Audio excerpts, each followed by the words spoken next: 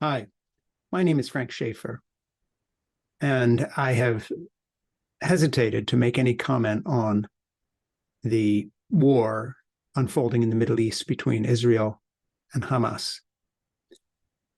And I'm not going to do so now in a direct sense, but I want to talk about a subject that is not only related, but in fact is the reason for the war itself, the underlying cause. You know, I'm stunned that so many people, I think foolishly, pick a side. If they criticize Israel, they're labeled anti-Semitic. If they criticize Hamas and the Palestinians, they're labeled racist, pro-colonial, whatever. People take to the streets, they shout and scream. There's a very different way to approach this, and that is to look for the real cause of what is going on in the Middle East, and indeed in so many places in the world. And that is religious extremism, fanaticism, absolutism, total certainty about the rightness of one's cause. And looking at that issue means that you don't pick a side in any individual one of these many unfolding conflicts, but rather look at an overarching human tragedy as it unfolds in our evolutionary process, where we try again and again and again to move beyond the chaos, the dysfunction, the brutality of war and terror and revenge and subjugation and conquest. Come up for air for a moment, look around, swear that it will never happen again, and then find ourselves again and again and again in the same predicament. There are a lot of reasons for conflict in our biology and our evolution, in our politics, in our race, in conquest, but most recently in human history, a lot of this has to do with religious fanaticism. The fanaticism of countries like Iran, run by the mullahs, not with the support of their own people, but only the support of a fanatical elite of brutal men who subjugate the rest of this wonderful Persian country with its ancient and glorious history. The same is true in the conflict in the Middle East and the tragedy of the Palestinian people being represented in Gaza by Hamas, this terrorist organization that is so unlike the Palestinians that I know personally, both here in the United States, but also in my trips to the Middle East, where I've spent time in Bethlehem and spent time on the West Bank, both in the 70s and in the 80s and in years since. And the tragedy of Israel itself being led now by a right-wing government that has coddled the religious extremists settling the West Bank of the conquered territories against the will, often, of the majority of Israelis. Were the United States, where a right-wing fanatical evangelical majority has taken over the Republican Party and turned it into a nationalist cause with a drumbeat very similar to those West Bank settlers, very similar to the Hamas terrorists in their brutality and their dismissiveness of all other points of view. What joins these groups together is not a particular ideology, but a bent for absolute certainty when it comes to their own religious cause, a certainty that soon leads to the dismissal of those not like themselves. And often we look at those dismissals as racist or authoritarian. But underlying all of this is a gap between those of us who are more moderate in our views, whether we are religious or not, and the absolute fanatics who sometimes pursue with religious zeal a secularized position, as happens, for instance, with the Chinese Communist Party and the fanatics in that party, who see their way as the only way. So really, I do not see the great divide in humanity as between Islam and Christianity, or between Jews and Gentiles, or between Roman Catholics and Protestants, or between atheists and agnostics, and fervent religious people. The real divide, and of course there are colorings in between, shadings, but the real divide is between people who have room for others and moderate their own opinions with the occasional thought, I could be wrong, or perhaps, and use phrases such as it seems to me, or maybe.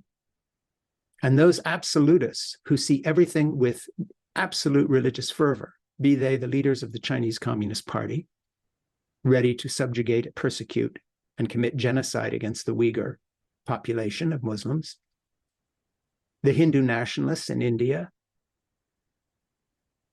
who are pursuing an absolutist cause against Christians in India, against Muslims in India, against Sikhs and others, who also represent a minority in the Hindu majority, who are far more tolerant, as the many Indians I know usually are. Here in the United States, even the evangelical far right, when it comes to the drum-beating nationalism that put Trump in office, this authoritarian crook, and kept him there for 4 years and is trying to put him back in office again, are not typical of your average evangelical person and believer, who, no matter how they vote, is much more moderate when it comes to their own personal life and the way they deal with other people. And so I would suggest at this moment that we pick less sides and instead tell the truth about the root of these conflicts. The root of these conflicts between Vladimir Putin and Ukraine.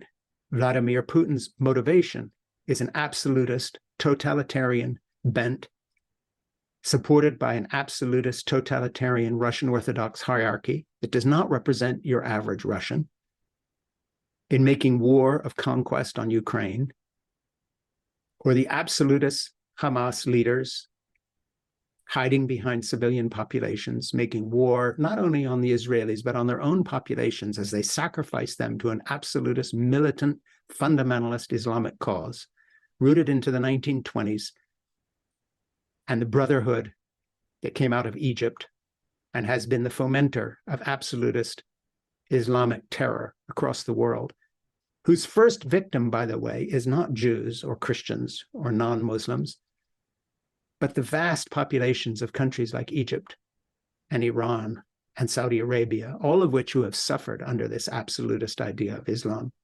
So untypical of the Islamic history. In Spain, for instance, where it was in Muslim communities that Jews found tolerance as opposed to the absolutist, racist, Western European model of Christianity, whether Roman Catholic or in Martin Luther's Reformation, that led directly to the Holocaust several centuries later in its absolutist, grim, horrible, authoritarian view of Jews and the Jewish faith. If you rolled back our history to, say, Martin Luther, had Martin Luther not been an absolutist authoritarian figure who believed in his Protestant Reformation and the exclusion of Jews, the exclusion also of Roman Catholics finally leading to the wars of religion, there would have been no Holocaust.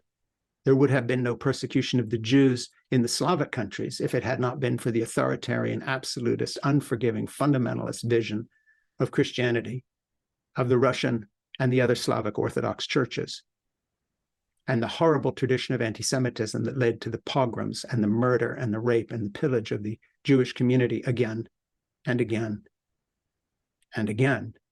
And now, irony of all ironies, it is the absolutist, doctrinaire, fundamentalist Jews on the West Bank murdering Palestinians, as they see it, in revenge, but also in real ethnic cleansing to claim Judea and Samaria and the other biblical lands they think are theirs because that is how they interpret their scriptures in an absolutist, authoritarian, literalist sense, opposed by Hamas that does not represent the Palestinian people, but represents its own brand of absolutist fundamentalist Islam back into the 1920s Brotherhood, a modern phenomena, relatively speaking, that has nothing to do with the Muslim majority in history and their tolerance of the Jews, the way they were able to live with Jews and Christians side by side across the globe. Fast forward to the present. Why are we allowing these minorities within our own religious traditions to destroy us? The greatest enemy of Israel right now are the absolutist, fundamentalist, doctrinaire settlers of the West Bank, with their grim prognosis that would demand ethnic cleansing, that have supported the far-right regime that has been ruling Israel now with an iron fist, and stupidity, by the way, and lack of planning that has led to this present cataclysm, a mirror image of their enemies in Hamas. The rest of us, in our moderation, have got to learn to be intolerant ourselves. We have to learn to be intolerant of intolerance. We have to learn to stand up, not for some silent majority, but for the majority of all our faiths. The majority in all our faiths are not murderous, absolutist fundamentalists, but we are being driven again and again into conflict by murderous, absolutist, fundamentalist Russian Orthodox supporting Vladimir Putin, by murderous, absolutist West Bank settlers supporting a far-right regime of ethnic cleansing, of murderous, absolutist Hamas leaders hiding in their tunnels, murdering civilians in programs of ethnic cleansing that relate directly to the pogroms of history and the Holocaust, and of course make any member of the Jewish community in Israel desperately afraid. Our enemy is not Judaism. Our enemy is not Islam. Our enemy is not Christianity. Our enemy is not the Russian people. Our enemy is absolutist, totalitarian, authoritarian bigotry in religious form. That is what anti-Semitism has come from and remained. That is what the Islamist terror that has racked the globe with fear and dread comes from. That is what this war between Hamas and Israel is about. And its roots in the aggression of the absolute certainties of these various minorities within our faiths. Let the majority stand up and be heard. Let us speak of tolerance and compassion and care. Let us drown out the voices of the hatred, of the intolerance and the absolutism. Let the Jews and Christians and Muslims who speak for their own majorities be heard. Let us stand up for the majority of humanity who, like you and like me, simply want to get up in the morning and care for their children and grandchildren, their friends, the people they work with. Get on with our lives. That's who most of us are. And yet we are being led to destruction again and again by the intolerant minority within each of our faiths. There is more in common between most Muslims and Jews and Christians and secular people and Hindus and agnostics and atheists than divides us. The majority of all our faiths and no faith at all get on just fine together. But those taking to the streets hurling insults at Muslims and hurling insults at Jews are themselves now becoming this loud, intolerant minority within the majority. Most of us are struck by the tragedy of these events and the sorrow and the pity of it all. Most of us feel compassion for all those caught in these terrible events. Most of us do not rejoice in the death and the maiming of any Jew or any Muslim or any child.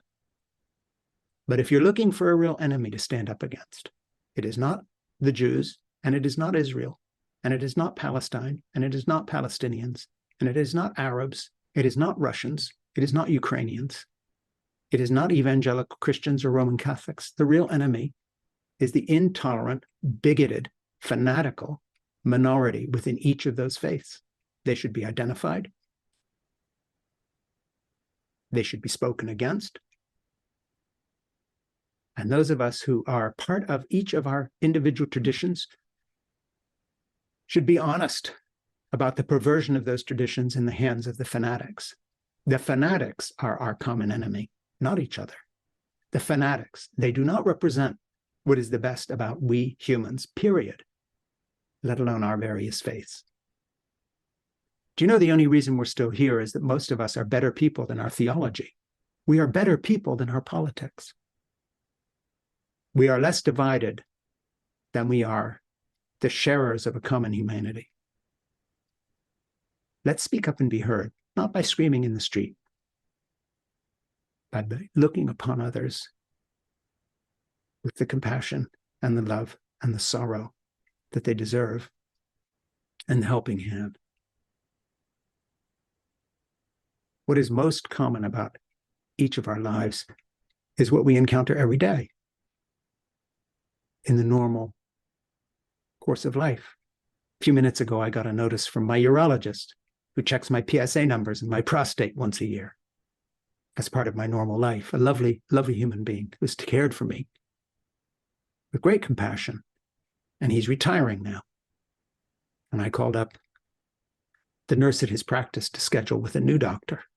And she took time with me and was kind, far beyond what she had to do, and put me at my ease and checked some things out for me and made some recommendations way beyond what was required of her to do her job this morning. And when she was all done, I asked her name again, and I made a note of it again. And I thanked her for her kindness and her compassion and her civility. And I counted myself lucky to have met a kind human being on a telephone call who reached out to me human to human, not about gender, not about pronouns, not about politics, but one human being to another, strangers passing in the night, casting a little light on each other's path through simple kindness. She changed the course of this day for me. No big deal, you say. Yeah, but these things add up. That's what's lacking in the tribe of the Fanatics. And they are the same people.